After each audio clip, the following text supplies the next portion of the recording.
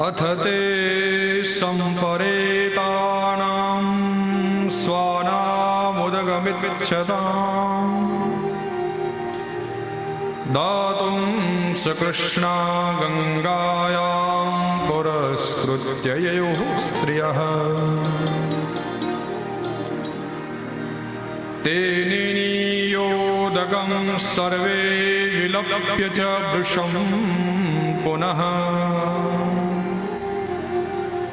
आप्लुता हरिपादाब्जरजः पूतसरिज्जरे। ભગવાન શ્રી કૃષ્ણની મંગલમય કથા અશ્વત્થામાનું માન મર્દન કર્યું વેદવ્યાસે એની કથા કરી છે. એ પાછળ થોડો અવાજ ઓછો કરી દેજો.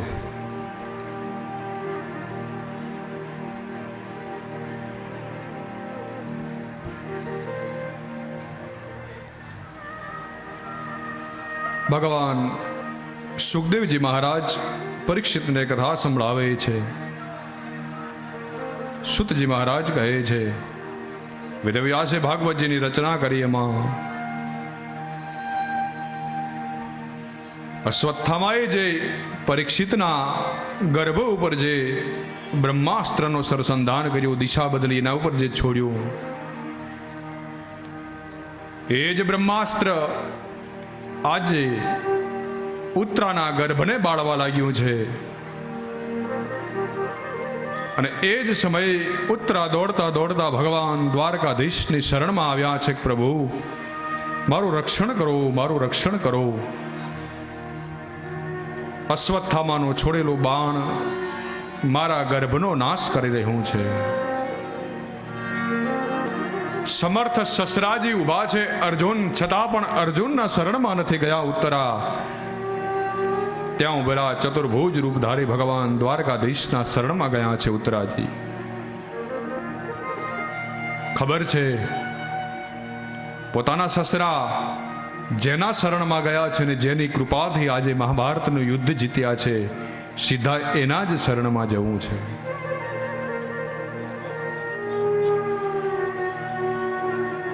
અને ઉત્તરાજી આવીને ભગવાન દ્વારકાધીશની સ્તુતિ કરતા કહે છે વેદવ્યાસ,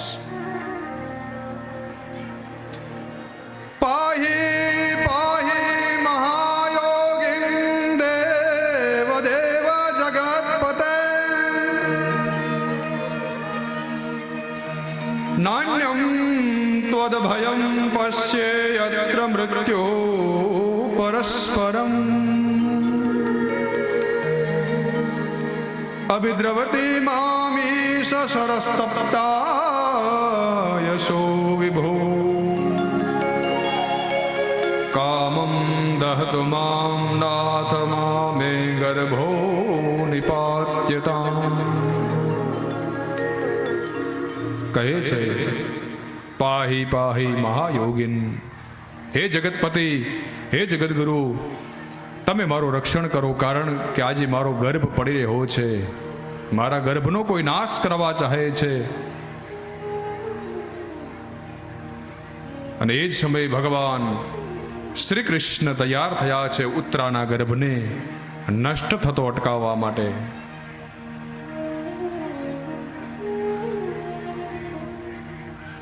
ઉત્તરાજી સ્તુતિ કરી એની પછી કુંતાજી પણ ભગવાન દ્વારકાધીશની સ્તુતિ કરે છે. ભગવાનને કહે છે મારા વંશને આગળ વધે અને એને કોઈ અટકાવે એની પહેલા તમે પ્રભુ અમારા વંશનું જેમ મારા પુત્રોનું રક્ષણ કર્યું છે એમ આપ રક્ષણ કરો.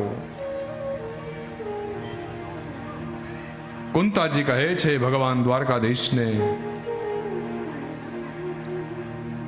નમસ્યે પુરુષમ ત્વાદ્યમીશ્વરમ પ્રકૃતે પરમ અલક્ષ્યમ સર્વભૂતાનામ અંતર્બહિરવસ્થિતમ માયાજવનિકાંચનમજ્ઞાન ધુક્ષજમવ્યયમ ન લક્ષ્યસે મૂઢદ્રશા નટો નાટ્યધરો યથા કૃષ્ણાય વાસુદેવાય દેવકી નંદનાય ચ નંદગોપકુમારાય ગોવિંદાય નમો નમઃ. નમઃ પંકજનાભાય નમઃ પંકજમાલિને નમઃ પંકજનેત્રાય નમસ્તે પંકજાંઘ્રય. કુંતાજી કહે છે, હે પ્રભુ, તમે બહાર અને અંદર જે સ્થિત છો, જે માયાથી જુદા છો, તમારી માયાને કોઈ જાણી ન શકે. પ્રકૃતિના એકમાત્ર સ્વામી પ્રભુ આપ છો, તો તમે ઉત્તરાના ગર્ભને બચાવો પ્રભુ. અને કુંતાજીએ બહુ સરસ માગ્યું છે ભગવાન પાસે, એવું ભાગવતજીમાં કોઈએ માગ્યું નથી આજ સુધી ભગવાનની પાસે. શું કહે છે, શું માગ્યું છે? વિપદ સંતો ન સસ્વત તત્ર તત્ર જગદ્ગુરો ભવતો દર્શનમ યસ્યાત પુનર્ભવ દર્શનમ જન્મૈશ્વર્ય શ્રુત શ્રીભીર ધામાનમદઃ પુમાન નૈવારહત્ય વિધાતુમ વૈત્વામ કિંચન ગોચરમ. વિપદ સંતો ન સસ્વત તત્ર તત્ર જગદ્ગુરો. હે પ્રભુ, કુંતાજી કહે છે કે મારા જીવનમાં કાયમ ને માટે વિપત્તિ રહે, મને ક્યારે સુખ મળે જ નહીં. મારા જીવનમાં કાયમ ને માટે દુઃખ ભરેલો રહે. કેમ કે જ્યારે જ્યારે મારા પુત્રો ઉપર જ્યારે વિપત્તિ આવી છે, ત્યારે હે જગદગુરુ, આપ મારી સાથે રહ્યા છો, મારા પુત્રોની આપ સાથે રહ્યા છો. જ્યારે જ્યારે સુખ આવ્યું છે ત્યારે પ્રભુ આપ અમારી સાથે નથી રહ્યા, પણ જ્યારે જ્યારે અમને કષ્ટ પડ્યું છે, દુઃખ આવ્યું છે, ત્યારે હે જગદગુરુ, આપ અમારી સાથે આવીને ઉભા રહ્યા છો. એટલા માટે કહે છે વિપદના સસ્તુ તત્ર તત્ર જગદગુરુ. મારા જીવનને વિપત્તિઓથી તમે ભરી દો, કુંતાજી માગે છે. પણ આપણે તો કેવું માગવા જઈએ મંદિરમાં, કુંતાજી જેવું કોઈ માગ્યું નથી આજ સુધી. આપણે તો મંદિરમાં જઈએ, ખોટી પાવલી ફગાવીએ, અને એમાંય ખોટી પાવલીમાં કેટલા પૈસા માગીએ. ખોટી પાવલી ફગાવે મંદિરમાં, અને ભગવાનને કહે તું મને કરોડપતિ બનાવી દેજે. હા, તે કહે હાવ નવરો બેઠો છે, અને ખોટી પાવલી ફગાવીને ભગવાનને છેતરીએ આપણે.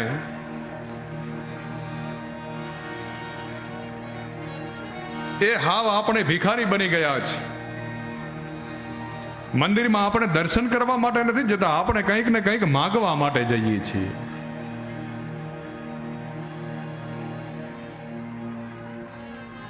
મને એવું કોઈ કહે છે કે કોણ ભગવાનના દર્શન માટે ગયો માત્ર મંદિરમાં, અને ભગવાન પાસે બીજું કાંઈ માંગ્યું જ ન હોય? એવું કોઈ ખરું? નહીં. આપણી પાસે કંઈક ને કંઈક કામનાઓ છે, ભગવાન પાસે કંઈક ને કંઈક માગ્યા કરીએ છીએ.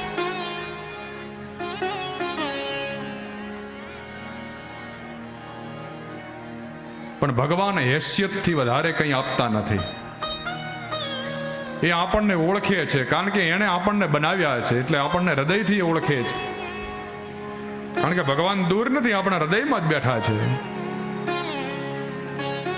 એટલે મંદિરે જવાની ના નથી. નહીતર ઘણા પાછા એવું કહે છે કે કાલે શાસ્ત્રીએ ના પાડી છે વ્યાસપીઠ ઉપરથી મંદિરમાં જાવું નહીં.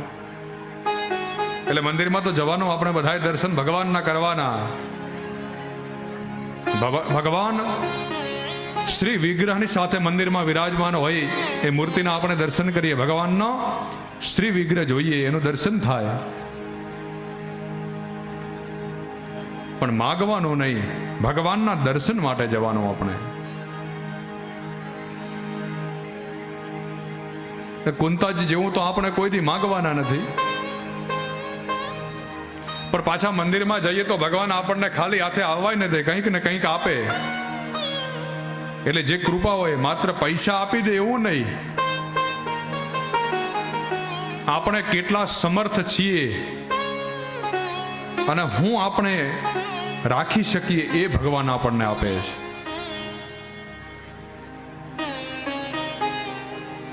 નહીતર તો માત્ર ઘરે ભગવાનને આપણે પૂજીએ, ભગવાનની મૂર્તિનું પૂજન કરીએ, એ અમથા અમથા ખોટા ભગવાનનો ઉપયોગ કરીએ.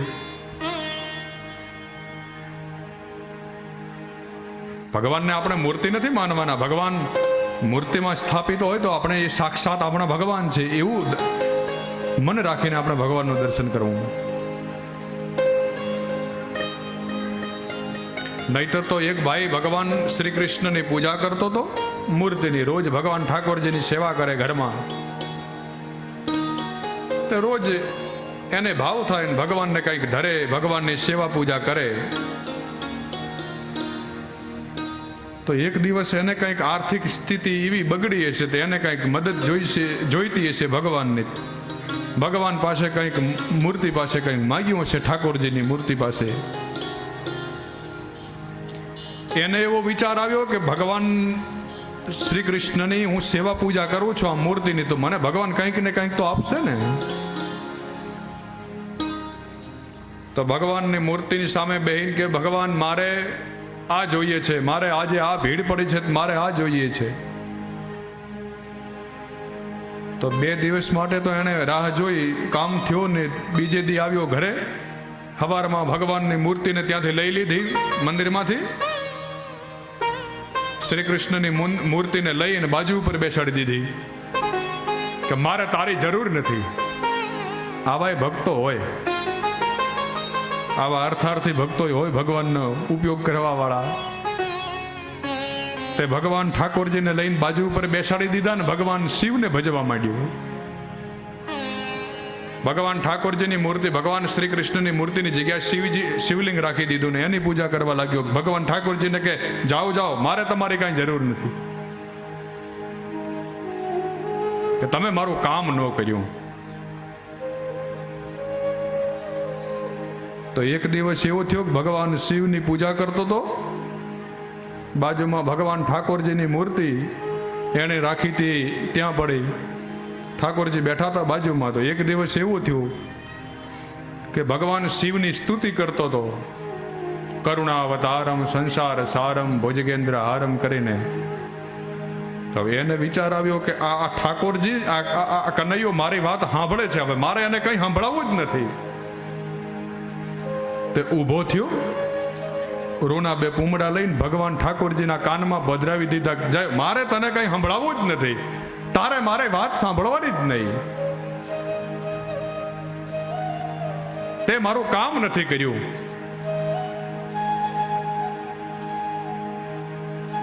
રોના પૂમડા ભગવાન શ્રી કૃષ્ણની મૂર્તિમાં ભરાવી દીધા. તને સંભળાવવું નથી મારે કાંઈ.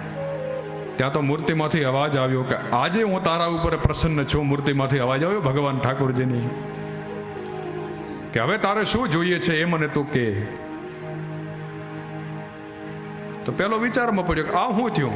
આટલા દી પૂજતો તો, એની સેવા પૂજા કરતો હતો, તો કોઈ દી બોલ્યા નહીં, અટાણે બોલ્યા, હટાવી દીધા. એટલે ત્યારે મૂર્તિમાંથી અવાજ આવ્યો અને કહ્યું કે આજ દિવસ સુધી તું માત્ર મને મૂર્તિ માનતો હતો, પણ આજે તને સાચો ભાવ થયો અને તને એવું થયું કે આજે હું સાંભળું છું, અને એટલા માટે કરીને તે મારા કાનમાં રૂના પૂમડા નાખી દીધા, હું સાંભળી ન શકું એવો તને ભાવ થયો. એટલે આજે તે મને સાચો ભગવાન માન્યો છે, એટલા માટે હું પ્રસન્ન થયો છું તારા ઉપર. એટલે ક્યારેક ક્યારેક આવા ભક્તો હોય, ઘણા તો સેવા પૂજા કરતા હોય, શાલિગ્રામ ભગવાનને બકરી આવી જાય ને ઘા કરે શાલિગ્રામ ભગવાનનો, એવાય ભક્તો હોય.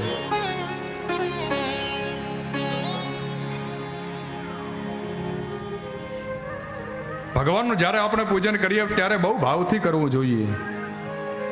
અહીંયા તો કુંતાજીને ઉત્તરાને બધાને ભાવથી પૂજન કરવાનું નથી, કારણ કે ભગવાન સાક્ષાત એમની સામે ઊભા છે.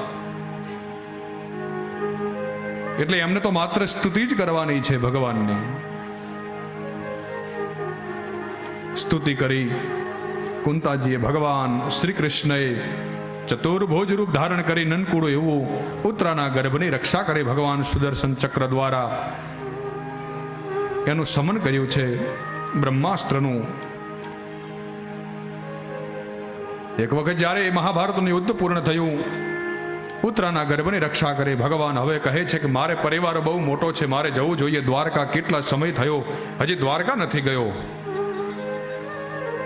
મારે અહીંયા હવે કામ પરિપૂર્ણ થયું છે હસ્તિનાપુરમાં, હવે મારે દ્વારકા જવું જોઈએ. કારણ કે ભગવાનને પરિવાર બહુ મોટો છે. 16,108 રાણીઓ છે ભગવાનને, અને એકથી જ તે 10 દીકરા ને એક દીકરી છે. એટલે હવે સરવાળો તમે બધા કરી લેજો મોબાઈલમાં કે ભગવાનને સંતાન કેટલા છે. કેટલા કરોડ તો ગુરુજીઓ ભગવાનના છોકરાઓને ભણાવવા માટે દ્વારકામાં આવતા, લખ્યું છે ભાગવતજીમાં. 16,108 ગુણ્યા 11 તમે કરી લેજો, અને એટલા જે સરવાળો આવે ભગવાનના છોકરા. ભગવાનની સંતતિનું વર્ણન કર્યું છે વેદવ્યાસે. એટલે ઘણા તો એવી વાતો કરતા હોય કે ભગવાને જે કર્યું એ મારે કરવું છે, તો લે કર. 16,108 લગ્ન કર, પડે ખબર.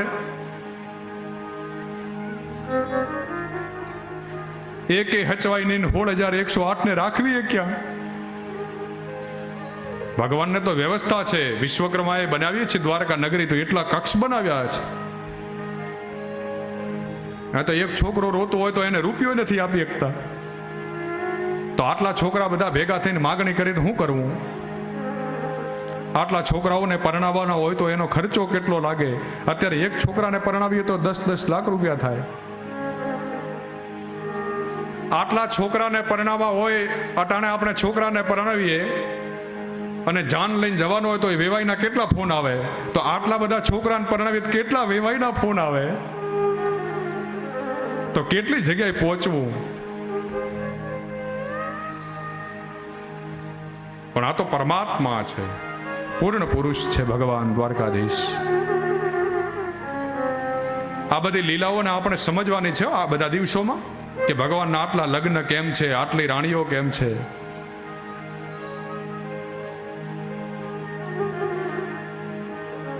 ભગવાન દ્વારકાધીશ દ્વારકા જવા માટે તૈયાર થયા. પાંડવોએ રથ તૈયાર કર્યો ભગવાન દ્વારકાધીશ માટે,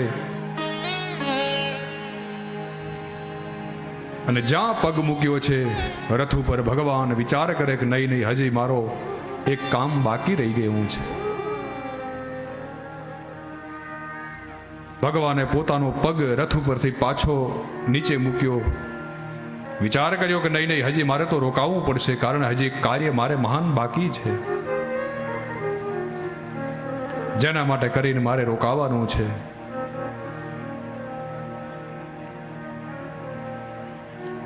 ભગવાન કહે પાંડવોને કે હવે મારે રોકાવું પડશે, હજી મારે થોડું કામ બાકી રહી ગયું છે. તો પાંડવોને એમ થયું કે અમારા મામાના દીકરા છે ભગવાન, એટલા માટે રોકાઈ ગયા છે. સુભદ્રાને એમ કે મારા ભાઈ છે એટલા માટે રોકાયા છે. અર્જુનના પત્ની છે. કુંતાજીને એમ કે મારો ભત્રીજા છે ભગવાન, એટલા માટે રોકાયા છે. પણ ભગવાન એટલા માટે નથી રોકાયા. ભગવાન શ્રી કૃષ્ણ, ભગવાન દ્વારકાધીશ પિતામાં ભીષ્મ માટે રોકાયા છે, કે મારો ભક્ત હજી મહાભારતના યુદ્ધમાં અનેક બાણ વાગ્યા છે, સરસૈયા ઉપર સુતા છે પિતામાં ભીષ્મ, અને સરસૈયાની સયા ઉપર સુતા સુતા પિતામાં ભીષ્મ ક્યારની મારી વાટ જોઈને પ્રતીક્ષા કરી રહ્યા છે. હજી મહાન કાર્ય મારે કરવાનું બાકી છે. ઉત્તરાયણનો પવિત્ર સમય આવવાનો છે, પિતામાં ભીષ્મ દેહ ત્યાગ કરવાના છે. આ બાજુ અર્જુને મહાભારતના યુદ્ધમાં અનેક બાણ માર્યા છે પિતામાં ભીષ્મને. એટલે સુવા માટે પિતામાં ભીષ્મને પલંગ નથી, અર્જુને જે બાણ માર્યા છે મહાભારતના યુદ્ધમાં, અને એનો જ તે પલંગ બની ગયો છે, એની જ તે સરસૈયા બની છે.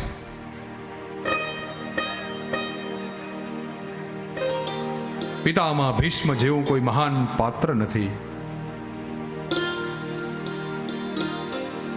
ઘણાને એવું થાય કે આ દુર્યોધનનો અન્ન એવું હતો એટલે પિતામાં ભીષ્મની મતિ બગડી. એવું ક્યારે બની જ ન શકે. સાક્ષાત સરસ્વતીજી જેની મતિ ફેરવવામાં સમર્થ નથી, એ દુર્યોધનનું અન્ન એની મતિને કેવી રીતે બગાડી શકે? સાક્ષાત સરસ્વતી દેવતાઓને ના પાડે કે તમે કયો એની મતિ ફેરવું, પણ પિતામાં ભીષ્મની મતિને ફેરવવા હું સમર્થ નથી. એવા ઉર્ધ્વરેતા મહાત્મા છે પિતામાં ભીષ્મ. સરસૈયા ઉપર સુતા છે સમરાંગણમાં. મહાભારતનું યુદ્ધ પૂર્ણ થયું છે. ઉત્તરાયણની વાટ જોઈ રહ્યા છે પિતામાં ભીષ્મ. ભગવાનના પરમ ભક્ત છે. ભગવાન પાંડવોની સાથે, દ્રૌપદીની સાથે, કુંતાજીની સાથે પિતામાં ભીષ્મને મળવા માટે આવે છે સમરાંગણમાં. પિતામાં ભીષ્મને ઉત્તરાયણનો સમય નજીક આવી રહ્યો છે. દેહનો ત્યાગ કરવાના છે. એ સમય અનેકાની વેદજ્ઞ દૈવજ્ઞ મહાપુરુષો પિતામાં ભીષ્મને અનેકાની ઋષિઓ મળવા માટે ત્યાં આવ્યા છે. અંત સમયે દર્શન આપવા માટે વધાર્યા છે.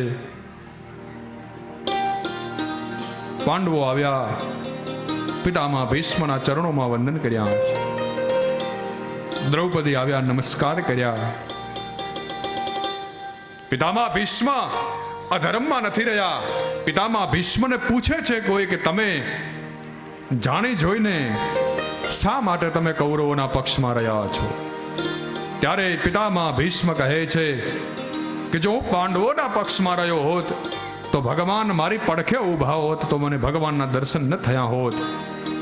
પણ હું કૌરવોના પક્ષમાં એટલા માટે રહ્યો કે સામે ભગવાન પાંડવોના પક્ષમાં છે, ભગવાન દ્વારકાધીશ. તો મને મહાભારતના યુદ્ધમાં 18 દિવસ માટે એ ભગવાન દ્વારકાધીશની મૂર્તિના દર્શન થતા રહે.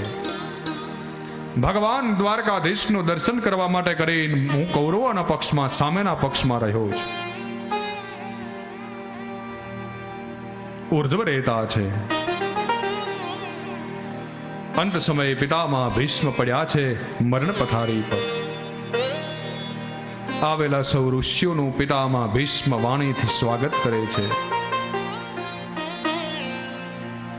જે સમયે ભગવાન દ્વારકાધીશ સામે આવીને ઊભા રહ્યા, પિતામાં ભીષ્મની સામે આવીને, ત્યારે પિતામાં ભીષ્મ ગદગદ થયા. પિતામાં ભીષ્મ એટલા મહાન છે કારણ કે ગંગાના પુત્ર છે. શાંત તનુ અને ગંગાજીના પુત્ર છે પિતામાં ભીષ્મ. એક રાત્રિએ ભગવાન દ્વારકાધીશ નીકળ્યા છે સમરાંગણમાં. મહાભારતના યુદ્ધની પહેલા ભગવાન દ્વારકાધીશ નિરીક્ષણ કરે છે યુદ્ધના મેદાનનું. ત્યારે મધ્યરાત્રિએ એક સ્ત્રી એ જગ્યાને સાફ કરી રહી છે. સફેદ વસ્ત્રો ધારણ કરેલા છે. ત્યારે ભગવાન એને પૂછે છે, એ સ્ત્રીને દ્વારકાધીશ કહે છે કે અત્યારે મહાભારતના યુદ્ધ અહીંયા થવાનું